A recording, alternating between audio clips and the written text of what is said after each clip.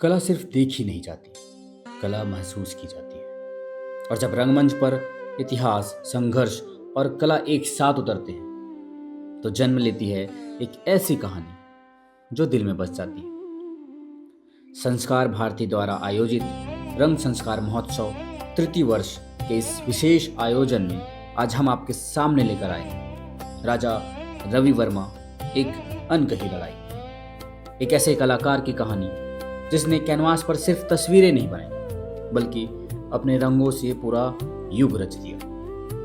लेकिन हर महान कलाकार की तरह राजा रवि वर्मा की इस कला यात्रा के पीछे भी थी कई चुनौतियां, कई सवाल और एक ऐसी लड़ाई जिसके बारे में शायद इतिहास ने कम ही कहा। राजा रवि वर्मा, एक अनकही लड़ाई, जिनके लेखक हैं रोहित श्रीवास्तव जी, निर्देशक हैं डॉक्टर आनंद कुमार पांडे जी। तो तैयार हो जाइए, क्योंकि अब मंच पर सिर्फ एक नाटक नहीं, एक अनकही कहानी जीवंत होने जा रही है। आप सभी से अनुरोध है कि आप अपना मोबाइल फ़ोन साइलेंट कर लीजिए या ऑफ कर लीजिए, और जिनके पास छोटे बच्चे हैं वो कृपया करके डोर के पास बैठिए। जोरदार तालियों के साथ स्वागत कीजिए नाटक राजा रवि वर्मा, एक अनकही लड़ाई।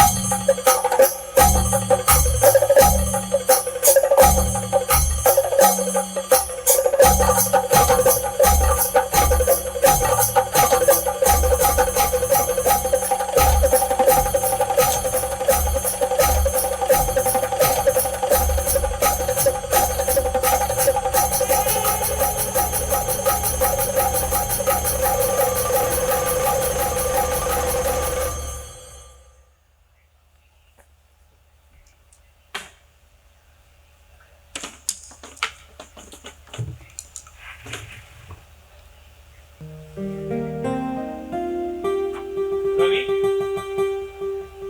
मनुष्य को केवल सिखा देने से कुछ नहीं आता, कुछ गुण उनमें जन्मजात होती है।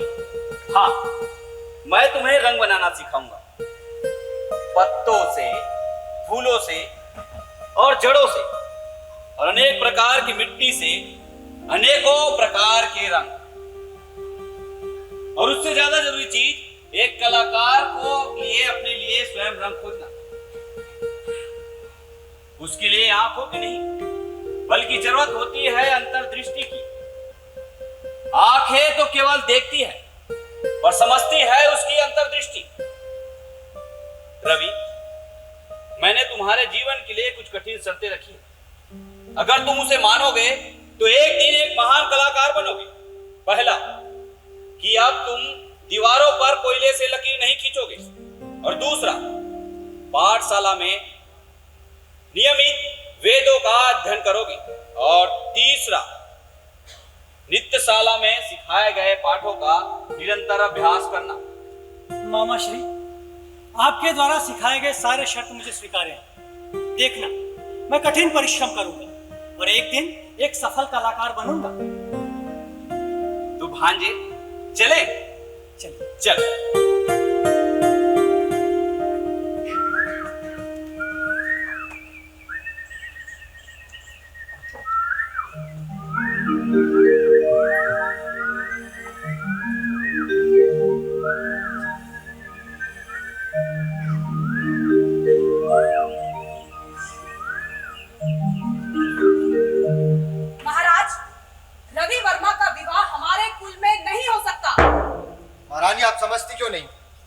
हम आपसे इस विषय में बात नहीं करना चाहते। महाराज प्रणाम। राजवर्मा, स्वागत है। आने में कोई तकलीफ तो नहीं हुई? जी नहीं महाराज। महाराज आप व्यस्त लग रहे हैं। नहीं, ये तो हमारा दैनिक कार्य है। कैसे आना हुआ? महाराज ये मेरा भांजा है रवि। प्रणाम महाराज। रवि, ये भी चित्रकला में रुचि रखता है महाराज। हमें भी दिखाइए इनकी कला।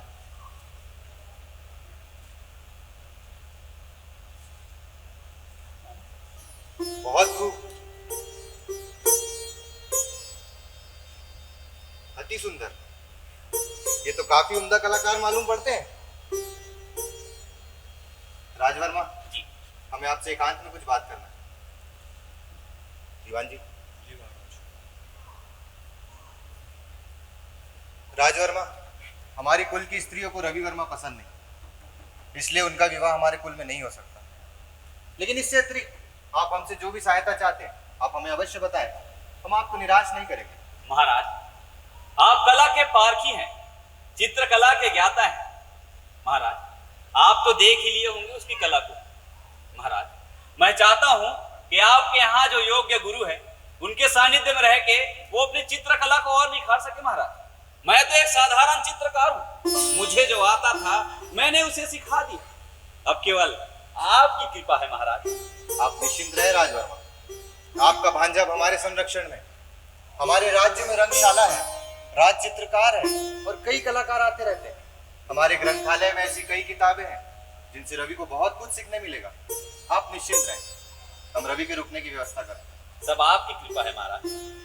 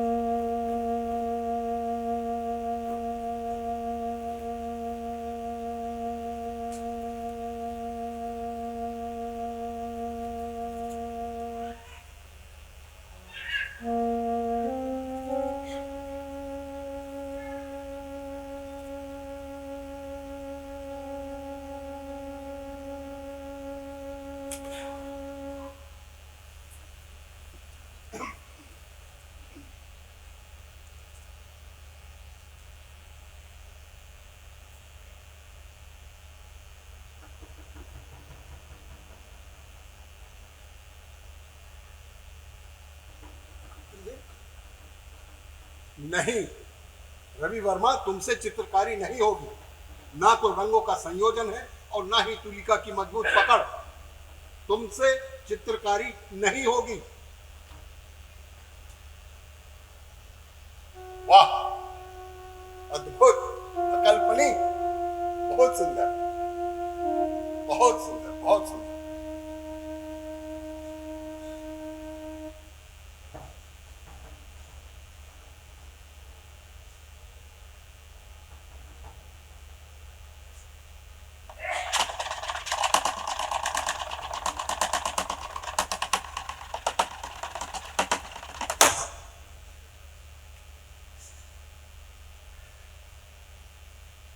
देखो रवि, मुझे ये बिल्कुल अच्छा नहीं लगता कि राम स्वामी नायकर सिर्फ मुझे सिखाते हैं और तुम्हें झिड़क कर चले जाते हैं।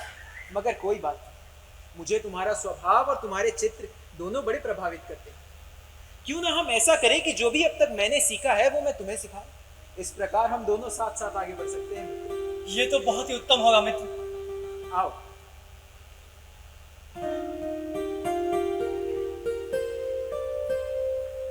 वाह, ठीक है मित्र, कल मिलते हैं। रवि, देखो हम तुम्हारे लिए क्या लाए। महाराज, रंग पेटिका। रंग पेटिका। इससे तुम्हें और मदद मिलेगी। धन्यवाद महाराज।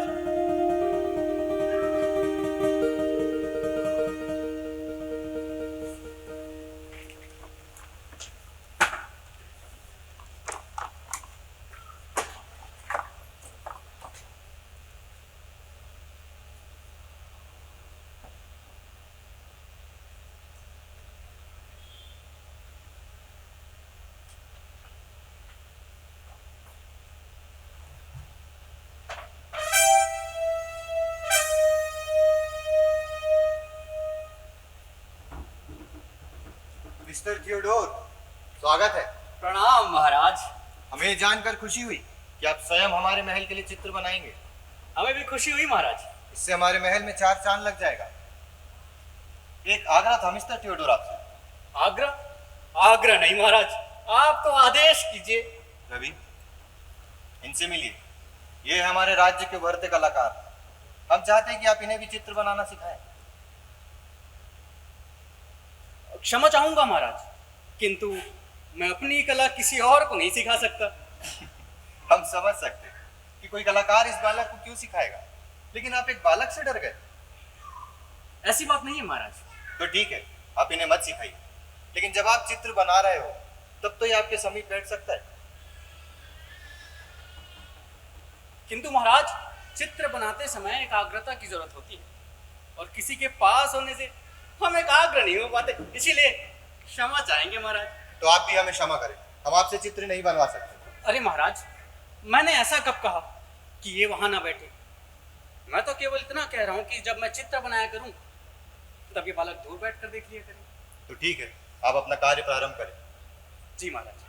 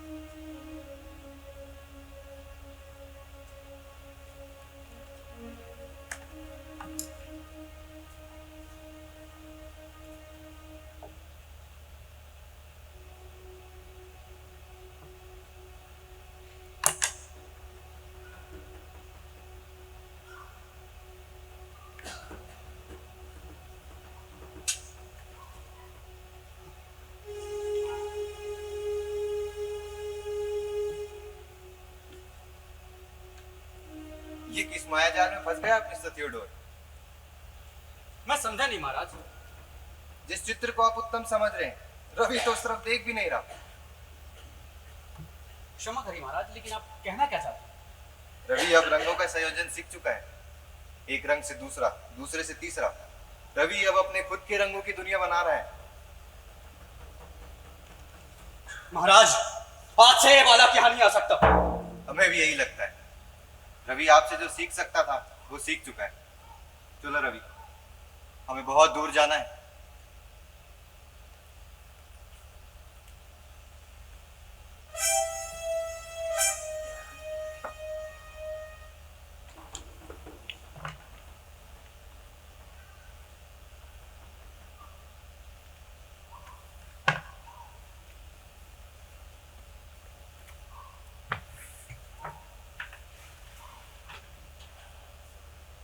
महाराज अभी तक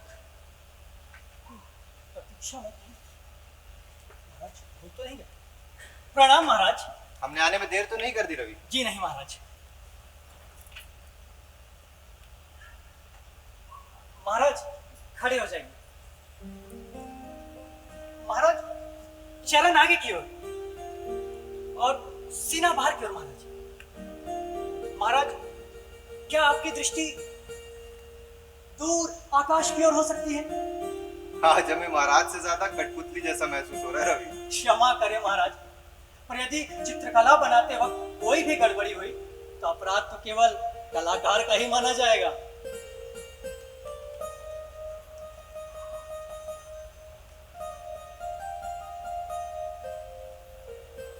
महाराज, क्या मैं आपसे एक प्रश्न पूछ सकता हूं?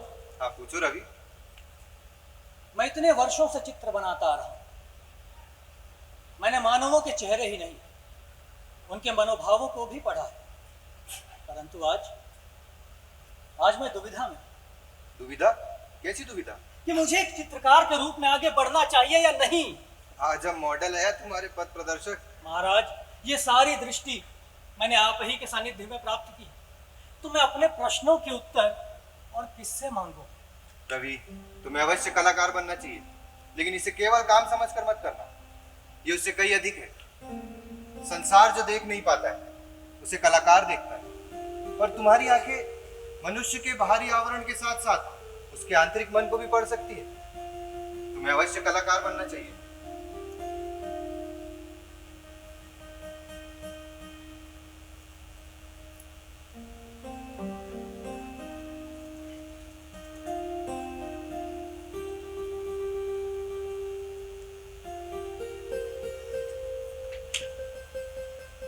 महाराज,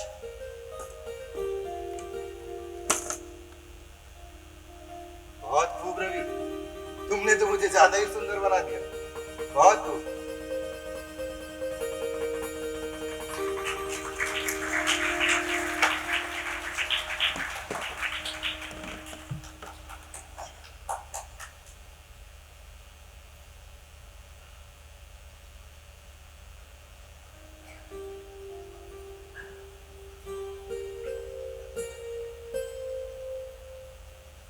सुंदर, अति सुंदर।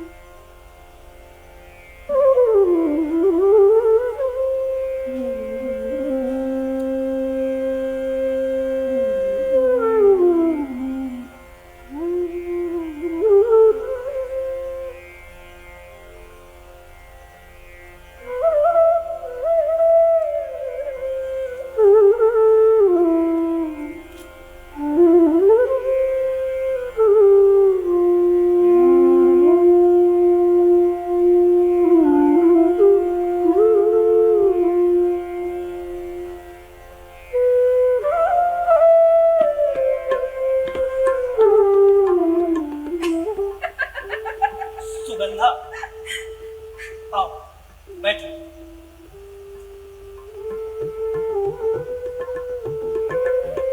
क्या तुम अपने केश खोल सकती हो?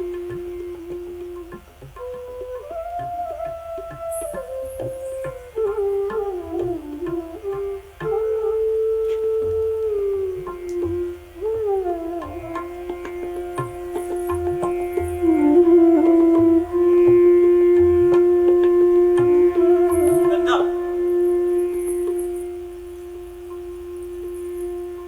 तुम्हारे पांव इतने सूने क्यों हैं?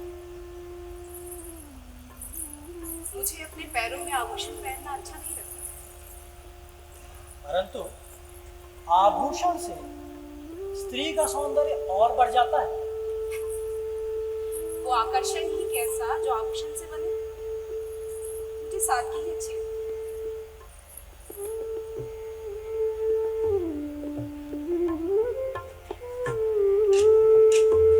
गंगा, तुम्हें मुझ पर क्रोध आता होगा ना? मैं तुम्हें प्रतिदिन इन्हीं वस्त्रों में यहाँ बुला लेता हूँ। नहीं तो मैंने तो कभी सोचा ही नहीं था कि कोई मुझ जैसी स्त्री को अपनी रचनात्मक कृति का भाग बनाएगा।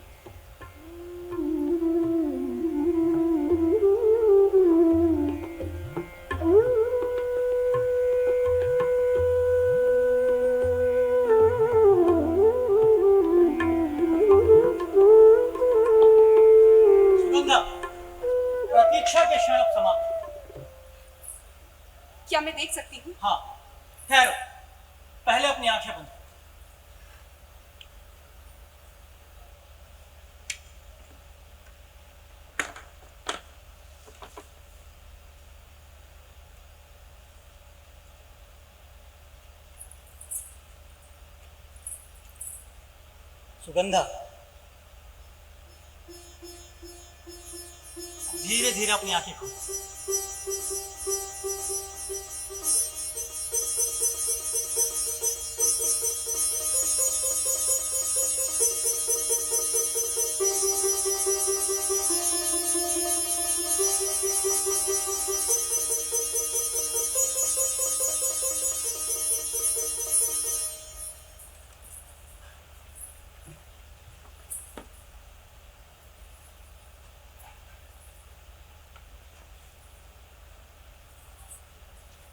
अपने अंदर की देवी को पहचानो, महसूस करो कि तुम एक देवी हो।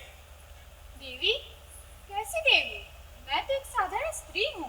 प्रत्येक स्त्री के भीतर एक देवी होती है जिसे जगाना होता है। परंतु कैसे?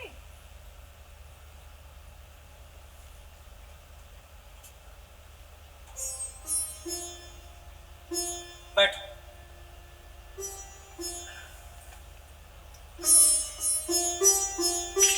अब स्वयं को तुम मेरी दृष्टि से देखो। निश्चित है तुम्हें एक देवी की अनुभूति हो।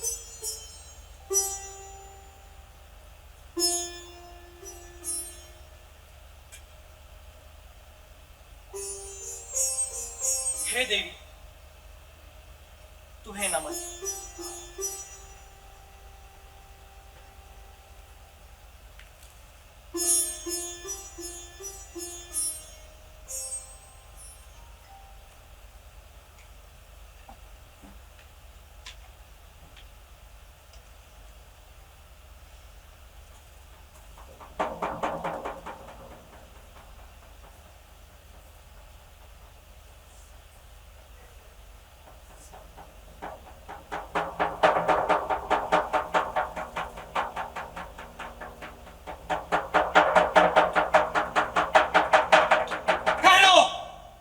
ये क्या कर रहे हो?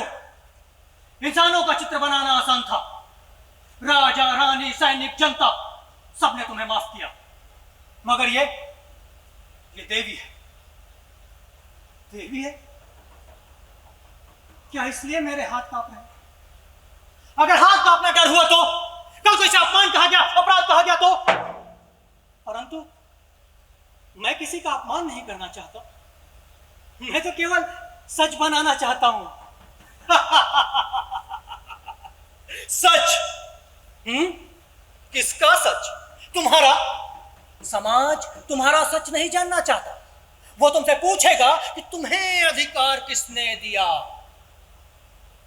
अधिकार किसने दिया? इस देवी को बनाने का अधिकार किसने दिया? अधिकार मैंने स्वयं ले लिया।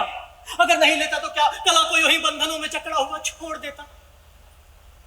परंतु तुमने अपराध किया है। अगर कल को कहा गया कि तुमने इंसानों को देवताओं से बड़ा बना दिया तो, या कहा गया कि तुमने देवताओं को इंसानों से छोटा बना दिया तो? परंतु मैंने अपराध नहीं किया। मैंने तो गांव देखे, शहर देखे, खेतों में झुकी हुई पीठे देखी है, नदियों में डूबती हुई औरतों की आंखें और मंदिरों में झुके हुए सर भी देखे हैं। और सब में केवल एक ही भावना, असीम संभावनाएं। संभावनाएं। और अगर उन संभावनाओं को ही कुचल दिया गया तो कुचला जाएगा, परंतु मेरी रेखाओं से नहीं। मैं बनाऊंगा तो बनाओ, जो तुम्हें आता है बनाओ। तुम्हारी मनोवृत्तियों को, तुम्हारी मनोभावों को, तुम्हारी भावना को, कण कण को, क्षण क्षण को बनाओ। मगर याद रखना, इसमें दोष सिर्फ तुम्हारा होगा।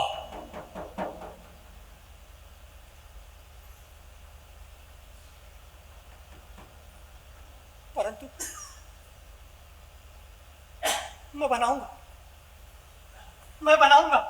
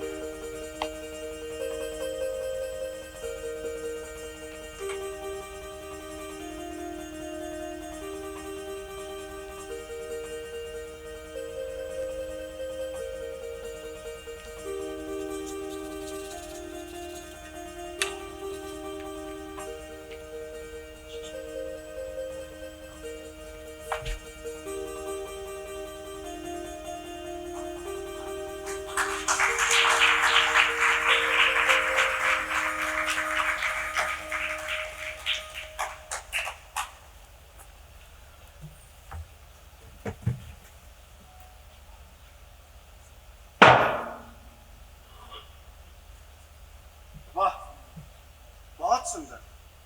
तुम एक उत्तम चित्रकार हो रवि। हमारी इच्छा थी हमारे महल के लिए भी कोई ऐसी तस्वीरें बनाए। कितने चित्रों की आवश्यकता है महाराज? यही कोई 15-16। और इनके विषय? भारतीय संस्कृति जैसे रामायण, महाभारत इत्यादि। महाराज, आपके विषय काफी व्यापक हैं। इन्हें बनाने में समय लगेगा। कितना समय लगेगा तुम्हें? महाराज, इन्हें बनाने से पूर्व मुझे संपूर्ण भारत के दर्शन करने होंगे। यहाँ के खान पान, रहन सहन, लोक संस्कृति, कला और साहित्य को देखना होगा। ठीक, तभी ये संभव होगा। ठीक है, हम दीवान जी से कह के आपकी पूरी व्यवस्था करवाते हैं।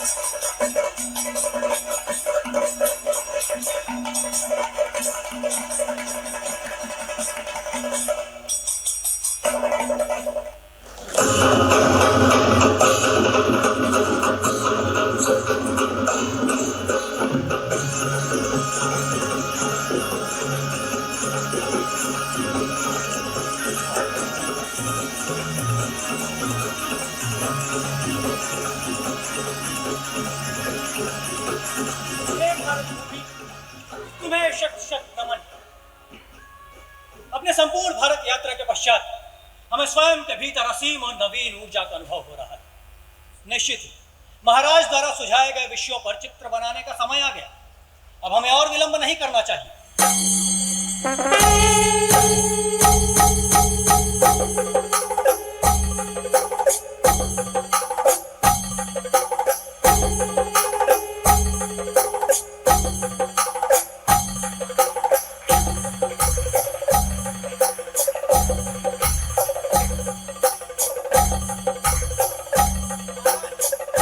आपके द्वारा सुझाए गए विषयों पर बने चित्र ये रहे।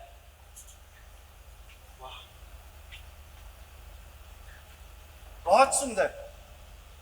निसंदेह तुम एक उत्तम चित्रकार हो रवि। राजा रवि वर्मा को ब्रिटिश शासन द्वारा कैसर हिंद से सम्मानित किया जाता है। तुम्हें पता है रवि, एक कलाकार की कला कब सफल होती है? जब उसकी कला जीवित हो। जो ईश्वर इन लोगों से दूर थे, आज वो इनके करीब है, सिर्फ तुम्हारी कला की वजह से। हमें तुम पर गर्व है रवि। अद्भुत अद्भुत है ये कलाकार। आचार्य जी, इस कलाकार के कलाकार है राजा रवि वर्मा। रवि वर्मा, आप जैसे कलाकार को तो हमारे इस धर्म प्रचार आंदोलन से जुड़ना चाहिए, जिससे इस आंदोलन को एक नई दिशा मिलेगी और आपको व्यापक सहयोग होगा। क्षमा करें आचार्य, मैं किसी धर्म का विरोधी नहीं, परंतु मेरी कला किसी आंदोलन के अनुयायी नहीं बन सकती। तुम हमें मना कर रहे हो? हमें? तुम्हें ज्ञात है ईश्वर का मानवीय चित्रीकरण करना कितना बड़ा अपराध है? तुम्हें अधिकार किसने दिया यह सब बनाने का? प्रलय प्रलय आएगा, प्रलय। देवता रुष्ट हो चुके हैं, संसार का अंत हो जाएगा। पापी, अधर्मी, घमंडी, विनाश काले विपरीत बुद्धि, विनाश काले विपरीत बुद्धि, विनाश काले।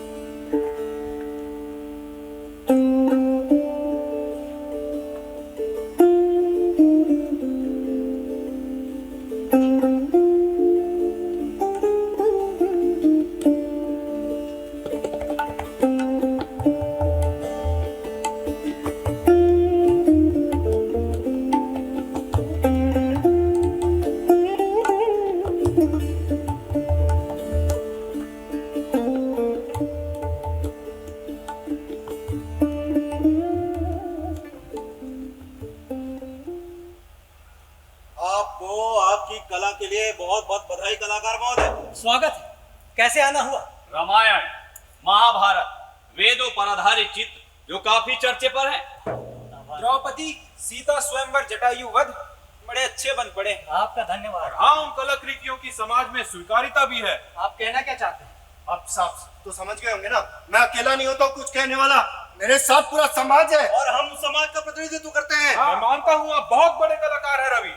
राज्य और राष्ट्र के अलावा आपको अंतरराष्ट्रीय ख्याति प्राप्त है। आपकी कला का वैभव सभी जानते हैं और उस कला के प्रशंसक भी हैं। और आपने हमारी धार्मिक भावना को ठेस पहुंचाई। हमने कभी नहीं सोचा था अपनी देवी देवताओं को ऐसे रूप में देखने का। आपके लोक कला पर आधारित चित्र जो काफी प्रभावित करते हैं, हम उनकी भावनाओं को भी समझते हैं। लेकिन जब से आपकी कला में यूरोपीय प्रभाव आने लगा, तब से वो हमें प्रभावित नहीं करती। हम आपकी कलाकृति को वैसे ही देखने के अभ्यस्त है जैसे आप पहले बनाया करते थे। एक पुराण के प्रसंगों पर आधारित चित्र तो समाज को अच्छा संदेश देता है। ये नग्न चित्र समाज को क्या संदेश देना चाहते हो आप?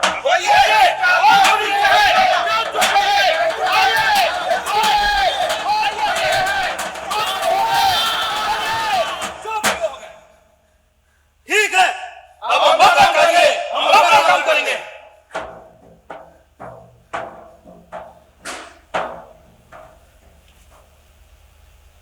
बॉम्बे समाचार में आपका स्वागत है। आज देश के सबसे महान कलाकार रवि वर्मा के द्वारा मुंबई में लिथो प्रेस की स्थापना की जा रही है। देश के प्रथम लिथो प्रेस की स्थापना का श्रेय श्री रवि वर्मा को जाता है।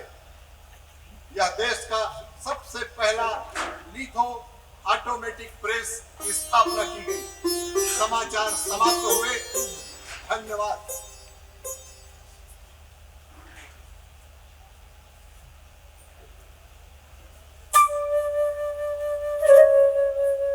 वकील साहब, इस रवि वर्मा की कलाकृतियों से हमारा समाज निरंतर दूषित हो रहा है।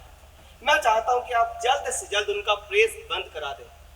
आप निश्चिंत रहे चिंतामणि, रवि वर्मा के लिए जाल मैंने बिछा रखे, किंतु उसके लिए कुछ मैं कुछ समझा नहीं। हमारा मतलब है कुछ आप धन की चिंता मत करिए, बस आप किसी तरह लिथोग्राफी प्रेस को बंद करा दीजिए। हमने कहा आप निश्चिंत रहिए।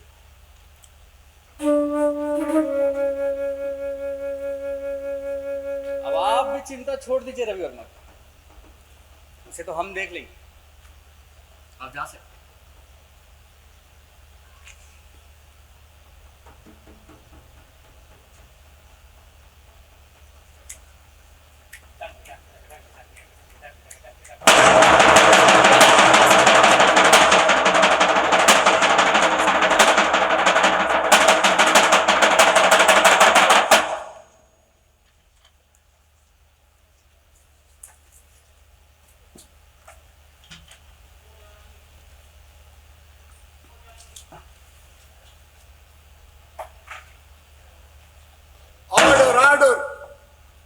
अदालत की कार्रवाई शुरू की जाए। रवि वर्मा को अदालत में बुलाया जाए।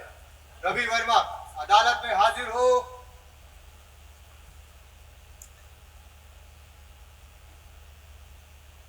माय लॉर्ड, ये कोई साधारण मुकदमा नहीं है, बल्कि एक ऐसे व्यक्ति के खिलाफ लड़ा जा रहा है जिन्होंने अपने हितों के लिए हमारे भारतीय संस्कृति को शर्मसार कर दिया है। ये राजा रवि वर्मा जो अपने महान चित्रकार होने का दम भरते हैं, ये कोई महान नहीं बल्कि एक खोखले व्यक्तित्व के इंसान है। इन पर आरोप है कि हमारे हिंदू धर्म के देवी देवताओं का मानव रूप में चित्रांकन करना, और ना केवल इतना ही बल्कि भारतीय महिलाओं को नग्नता के साथ पेश करना। इनके कार्यों से माय लॉर्ड आज पूरा भारतीय समाज खतरे में है।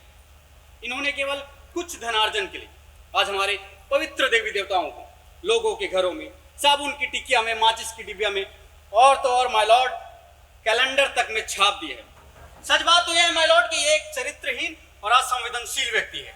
वकील साहब, आपके पास इन आरोपों के सबूत हैं? माय लॉर्ड, मैं अपने दलीलों को साबित करने के लिए रंगनाथन जी को अदालत में बुलाने की अनुमति चाहूं। अनुमति दी जाती है। रंगनाथन अदालत में हाजिर हो।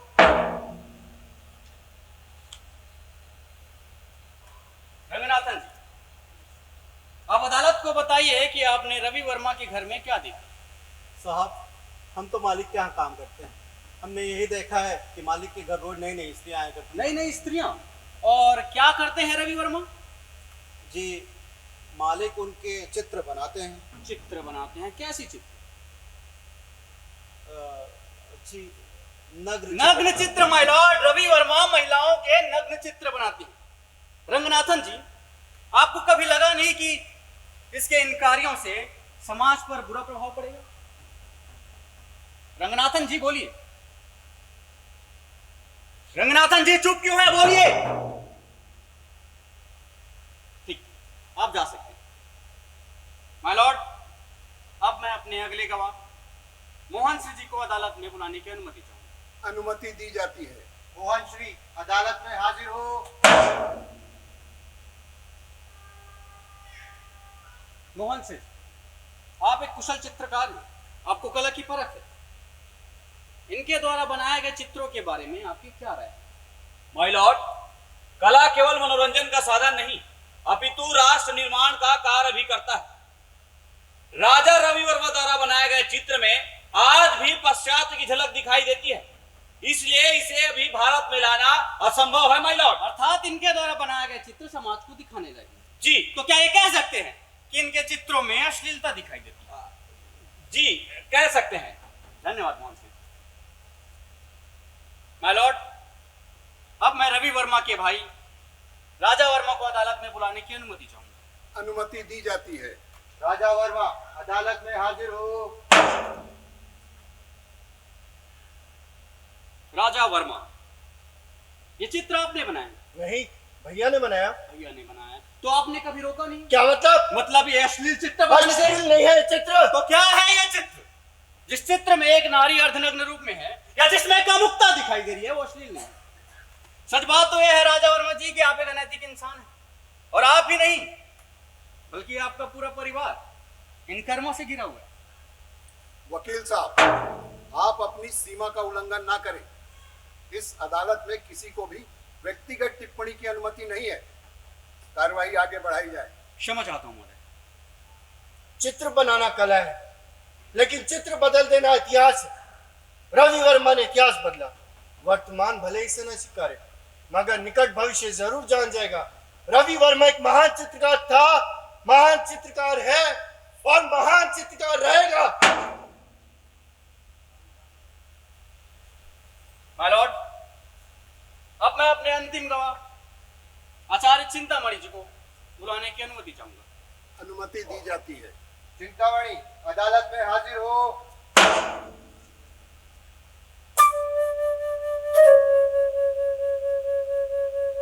चिंतामणि जी, आप अदालत को बताइए कि आप क्या करते हैं। जी, मैं धर्म रक्षक हूँ, धर्म की रक्षा करता हूँ। बहुत बढ़िया।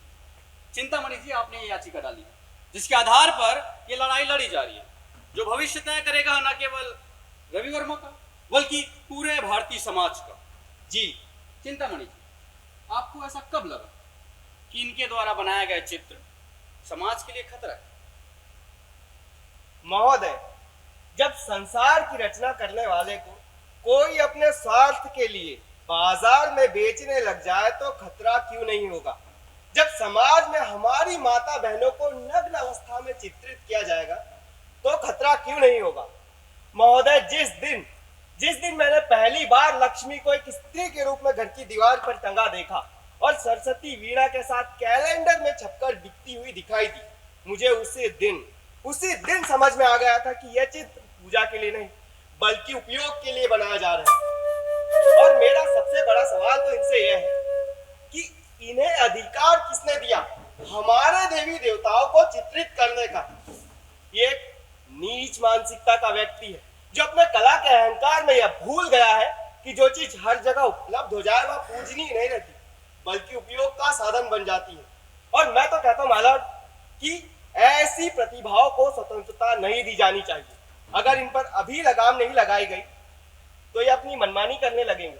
और आज किसी ने हमारे चित्र बदले हैं, कल कोई हमारे ग्रंथों के श्लोक बदल देगा और परसों कोई हमारी पूजा बदल देगा और हम ये कदाचित होने नहीं देंगे। चिंतामणि जी, एक बात का जवाब दीजिए। क्या इनसे पहले किसी कलाकार को नग्न चित्र बनाते देखा है? नहीं। धन्यवाद चिंतन। माय लॉर्ड, ये थी मेरी दलीलें और मैं अदालत से विनती करता हूं कि इस इंसान को कठोर से कठोर सजा दी जाए और इसके प्रेस को तत्काल प्रभाव से बंद कराया जाए। और तो और जितने भी चित्र इन्होंने बेचे हैं उन्हें वापस मंगाया जाए और डिस्पोज किया जाए। धन्यवाद मैडम। रवि वर्मा, आपको अपने बचाव में कुछ कहना है? महोदय,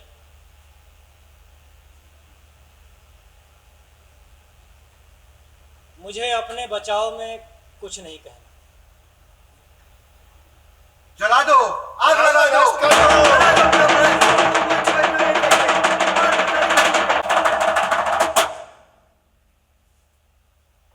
आरोप, मुझ पर आरोप है कि मैं देवताओं को मनुष्यों के रूप में चित्रित करता हूं, कि मैं देवी के देह में नारी खोज लेता हूं। मेरी तुलिका नग्नता रचती है, पर क्या सच में नग्नता मेरी रचनाओं में है या देखने वाले की दृष्टि में? जिस भूमि ने मुझे जन्म दिया, मुझे पाला पोसा, मुझे बड़ा किया, इस भारत भूमि ने कभी देह से घृणा नहीं की, बल्कि उसे समझा, साधा, जाना और वक्त आने पर उसे पूजा भी। क्या आपने घोरम देव की दीवारें देखी हैं? जहां पत्थर पर उकेरी हुई देह आपको वासना नहीं लगती, वो तो जीवन का लय लगती है। सिरपुर की मूर्तियां आपकी दृष्टि को कभी अपवित्र नहीं करती, वो तो सिखाती है कि संसार लज्जा से नहीं स्वीकार से आगे बढ़ता है। खजुराहो के मंदिर के बाह्य दीवारों पर देह पूर्ण रूप में विद्यमान है, वही गर्भगृह के भीतर पूर्ण शून्य रूप में। क्या यह मात्र संयोग है? जी नहीं, यह भारत की समझ है। भारत ने समझा है कि जब तक व्यक्ति देह को न समझ ले तब तक वो आत्मा तक पहुंच ही नहीं सकता। क्या कामसूत्र कभी आपको वासना का ग्रंथ लगा? वो तो एक विज्ञान है जिसमें देह भी एक शास्त्र की भांति कार्य करता है। क्या किसी स्त्री को किसी सरोवर के किनारे स्नान करता हुआ देख आपके मन में काम वासना की भावना आती है? जब कोई नन्हा शिशु यूं ही नग्न अवस्था में दौड़ता है तो उसे देखकर आपके मन में वासना की भावना जागृत होती है? या जब कोई स्त्री अपने नन्हे शिशु को स्तनपान करा रही होती है तो उसे देखकर आपके हृदय में काम वासना जागती है? मैं स्त्रियों के नग्न चित्र नहीं बनाता, मैं तो इस समाज को चित्रित करता हूं जो स्त्री को देवी कहता है और उसके देह से ही आंखें चुरा लेता है। यदि किसी को भी मेरी कलाकृतियों से असहजता महसूस होती है तो दोष उसकी दृष्टि का है।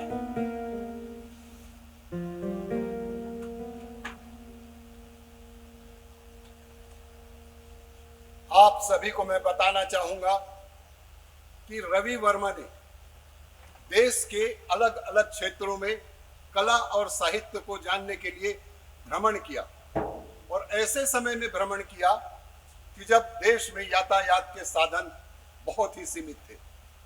शिकागो में धर्म रक्षा सभा में उनके चित्रों की प्रदर्शनी लगाई गई ताकि विश्व भारत के कला और संस्कृति को जान सके। रवि वर्मा के द्वारा सबसे पहले आदि शंकराचार्य जी का चित्र बनाया गया जो पूरे देश में प्रचलित है। इन्होंने छत्रपति शिवाजी महाराज का अश्वारूढ़ चित्र बनाया जो आज भी पूरे भारत में देखे जा सकते हैं। और तो और रवि वर्मा ने भारतवर्ष में सबसे पहले ऑटोमेटेड लिथोग्राफी प्रेस की स्थापना की और देश भर में देवी देवताओं के चित्रों को जन सामान्य तक पहुंचाने में इनका ही श्रेय रहा है। महान रविंद्रनाथ टैगोर जी ने भी इनके कार्यों की सराहना की है। आज मैं इनके किए गए कार्यों और गवाहों के बयान को मद्देनजर रखते हुए उनके खिलाफ चलाए जा रहे मुकदमे को खारिज करता हूं।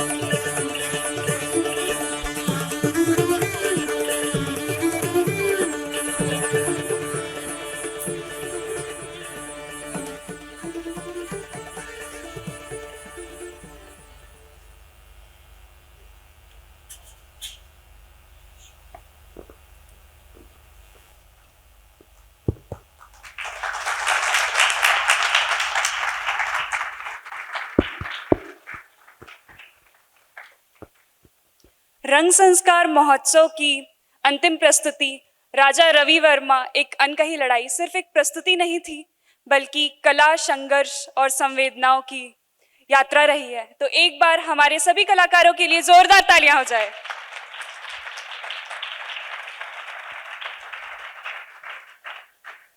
अब मैं अपना आभार प्रकट करना चाहूंगी हमारे निर्देशक श्री आनंद पांडे जी का, जिन्होंने अपनी निर्देशन से इस नाटक को जीवंत बना दिया। अब मैं आनंद जी से अनुरोध करती हूं कि आप अपने विचार हमसे साझा करें और सभी कलाकारों से हमें परिचित करवाएं। नमस्कार।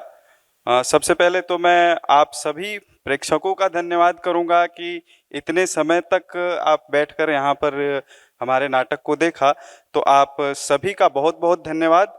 कलाकारों का परिचय स्वयं करेंगे।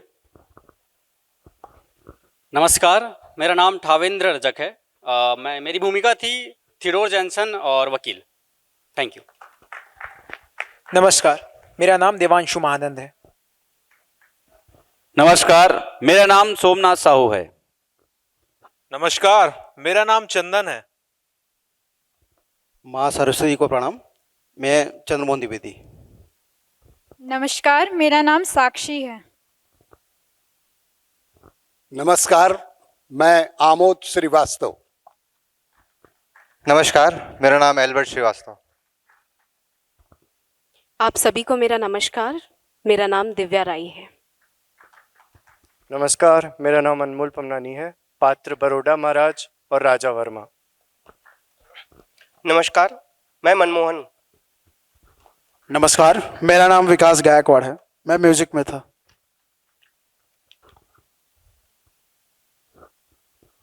इस नाटक का लेखन और इस नाटक का सहायक निर्देशन जो किया है वो रोहित श्रीवास्तव जी ने किया है। तो एक बार जोरदार तालियां जो है धन्यवाद, बहुत बहुत धन्यवाद। हम रंग संस्कार महोत्सव और संस्कार भारती का बहुत बहुत धन्यवाद करते हैं, महाराष्ट्र मंडल का बहुत बहुत धन्यवाद करते हैं। Thank you. बहुत बहुत धन्यवाद आप सभी का। किसी भी कार्यक्रम को सफल बनाने के पीछे सिर्फ मंच के कलाकार नहीं होते, बल्कि पूरी टीम होती है जो दिन रात लगी होती है। तो मैं सभी संस्कार भारती के कार्यकर्ताओं को धन्यवाद करती हूँ, हमारे लाइट साउंड टीम को धन्यवाद करती हूँ। अब हम अपने कार्यक्रम को समाप्त करने जा रहे हैं, तो मैं आप सभी से निवेदन करती हूँ कि पूर्ण वंदे मातरम के लिए आप सभी अपने स्थान पर खड़े हो जाएं। स्थान पर खड़े हों। जिनको भी संपूर्ण वंदे मातरम याद होगा वो साथ में दोहराएंगे। वंदे मातरम, वंदे मातरम, सुजलाम सुफलाम मलयज शीतलाम शस्य श्यामलाम मातरम, वंदे मातरम। शुभ्रज्योत्स्नां पुलकितयामिनीं पुल्लकुसुमितद्रुमदलशोभिनीं सुहासिनीं सुमधुरभाषिणीं सुखदां वरदां मातरं, वन्दे मातरं। कोटि कोटि कंठ कल कल निनाद कराले, कोटि कोटि भुजर धृत खर करवाले।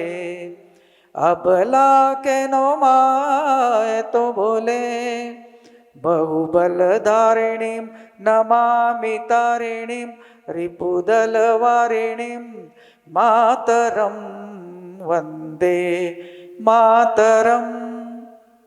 तुमि विद्या तुमि धर्म तुमि हृदि तुमि मर्म, त्वं हि प्राणा शरीरे बाहुते तुमि मा शक्ति, हृदये तुमि मा भक्ति।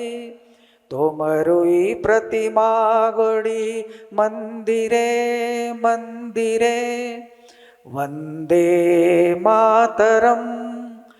त्वं हि दुर्गा दश प्रहरण धारिणी, कमला कमलदल विहारिणी, वाणी विद्या दायिनी।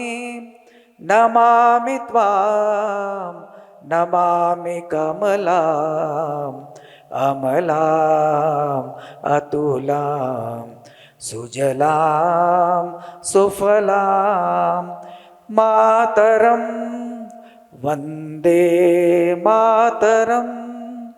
श्यामलां सरलां सुष्मितां भूषितां, धरणीं भरणीं मातरं, वन्दे मातरं, वन्दे मातरं, वन्दे मातरं।